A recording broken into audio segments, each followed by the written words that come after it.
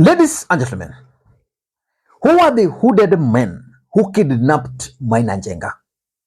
That is the question which I want us to answer in this video. Nataka ijulikane ulimwengu kote kwa sababu kwamba wale ambao walitushika hiyo wakati si watu ambao hawajulikani, ni wale watu tumekuwa na wao kwa hii kesi. Tunawajua, tunafahamu vizuri, na maswali ni yale ya kesi tu. Tungetaka kuambia Wakenya, kama kesi imepelekwa kotini, ni wajibu wa jaji mwenyewe adili na kesi. Si kesi inaenda kuprosecutiwa kwa manyumba za watu, kwa sababu tuliposhikwa kupelekwa police station, tulifungwa vizuri sana uso, gari ikaenda kama masaa mawili, alafu ikachenjiwa zingine, tunachenjiwa kama umefungwa tu. And what did they want from Maina Njenga? Lakini sasa inaonekana ya kwamba kuna shida. Mtu kama hana uhuru kwake nyumbani, akitembea maisha yake haiko sawa, kila wakati ni kufuatwa, kuulizwa maneno wa kesi iko kwa koti. Sasa hiyo haifai. We are urging the President of the Republic of Kenya to hear the cries of the people. Na unaona hiyo kitu ndio ilianza hapo zamani, alafu tukaanza kuona disappearance of our people. And isipoangaliwa vizuri, hii haitamalizia vizuri, kwa sababu tunataka haki, na haki itendeke kwa wote. That is the next question I also want us to answer in this video. Because for those who follow the politics of this country, Maina Njenga was abducted by unknown people on Saturday night in Kiambu. Yesterday, Azimio la Umoja One Kenya Alliance issued a statement. Then later in the night, Maina Njenga was released by his abductors. Today, Maina Njenga was in court, and after court, he addressed the media. And during that address, Maina Njenga revealed a lot of things, specifically two important political questions which he was asked. The first question the abductors asked Maina Njenga was Raila Odinga's plans. Because remember, Raila Odinga had actually addressed the nation some days earlier, and he told the country that because of cost of living, he's not going to ask Kenyans to go for maandamano, that he just has something he's planning. And he told Kenyans to watch the space. So maybe these guys wanted to know from Maina Njenga the plan. The second thing he was asked is whether Azimio is recruiting youths or groups, maybe for the purposes of what Raila Odinga had promised the country, to watch the space. But let us not get into that. I've always told you that in politics, nothing happens out of mere coincidence, and that everything in politics is normally well planned, well scripted, and executed to achieve a specific political objective. What was the objective of the abduction of Maina Njenga? What do you think the abductors wanted to achieve by arresting Maina Njenga? That's exactly what I want us to look into in this video.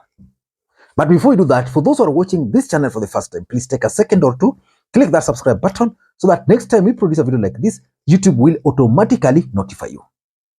And to the subscribers, I want to continue thanking you guys for your continued support, because without that support, this channel cannot be where it is. And without any further ado, ladies and gentlemen, let us dive in. Why do you think these guys abducted Maina Njenga? Because the first question I wanted to ask is, who are these hooded men? The truth of the matter is that you know them, and I'm not going to mention them.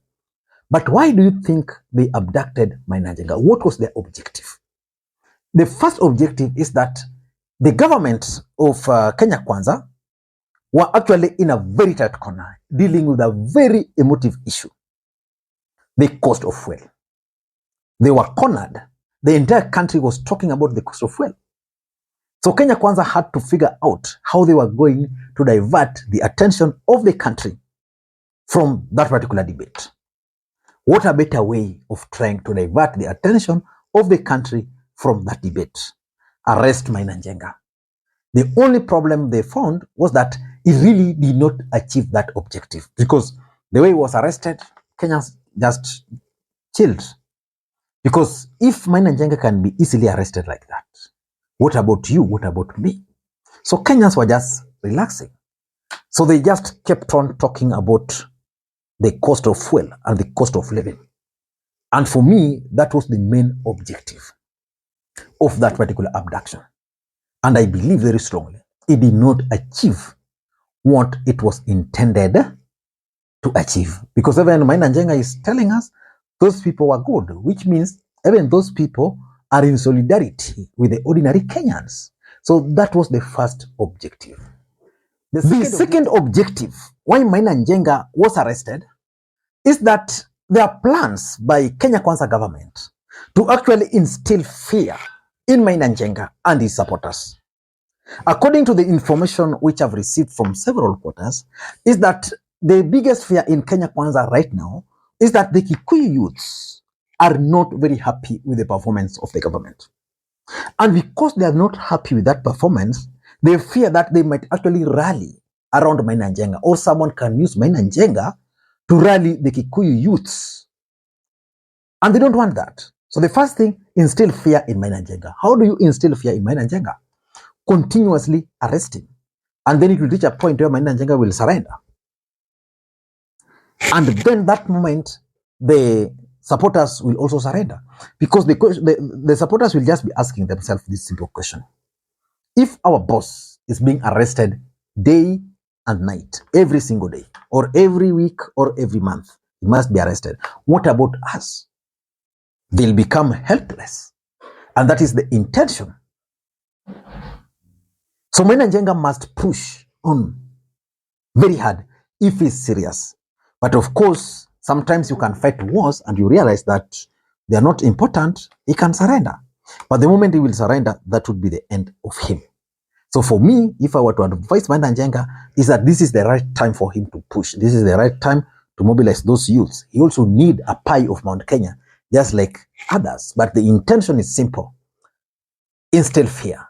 Number three, which is also very important, is that Kenya Kwanza government are not sure how to deal with Maina Njenga, because they don't know how his supporters will react.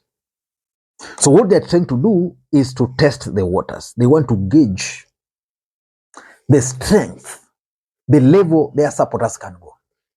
You see, they even attempted this on Raila Odinga. When there were those plans to assassinate or maybe eliminate Raila Odinga, you remember that time, the idea was not really, because I don't think that was the intention, to really eliminate Raila. But the real intention was just to gauge the reaction of his supporters, what length they can go. Can they ban everything if that were to happen? That is what these guys are doing with Maina Njenga. Remember how Mungiki was dreaded in the previous years. Then Maina Njenga has been arrested. I think last month, but one or last month he was arrested, again abducted. You know, as someone who supports Maina Njenga, especially from the Kikuyu nation, then you live all along fearing this guy. Then the next day you hear the guy has just been abducted, taken somewhere, and then left. Then again you hear again the guy has been abducted, arrested. How would you think if you were one of the supporters? You lose hope. So that fear I was talking about will be instilled, and then you'll chicken out. So that the next time he calls Mandamano, nobody will go. Remember the other time when he was taken to Kiambu and youths came there dancing? That caught the government by surprise. So they've been keen on trying to gauge his support. So they might have realized that he still has support in Nairobi, not in Kiambu, not in Laikipia. So that's the other objective. Number 4, I also tend to think that all these arrests are intended at one thing: to try and link Maina Njenga to Uhuru Kenyatta and to Raila Odinga. And the question is, why would the government want to link Maina Njenga to Uhuru Kenyatta and Raila Odinga? The answer is simple. Uhuru Kenyatta is the biggest threat to Kenya Kwanza government as we speak right now. Is the biggest threat. Don't be cheated. Uhuru Kenyatta is the biggest threat to Kenya Kwanza. Then Raila Odinga is a narrative which they are using down there.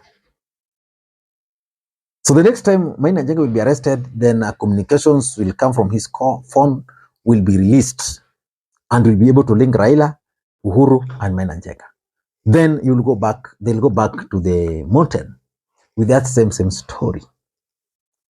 How Raila Odinga is planning to destabilize the government, how Uhuru Kenyatta is funding Maina Njenga to destabilize the government. Expect those kinds of stories to emerge. Expect them to emerge anytime. Expect them. And lastly, I'm also sure that the arrest of Maina Njenga is actually linked to Mount Kenya kingpin. Who is the next Mount Kenya kingpin? Rigathi Gachagua is the deputy president of the Republic of Kenya, which means is the high-ranking government official. By that alone, is the kingpin. Then there is Maina Njenga, who is saying that I'm the kingpin. I'm the spokesperson. Not you, not any other person. I'm the spokesperson of the Kikuyu nation. Then there's the element of Moses Kuria. Then what do? You prove that you have the power. So you kidnap him.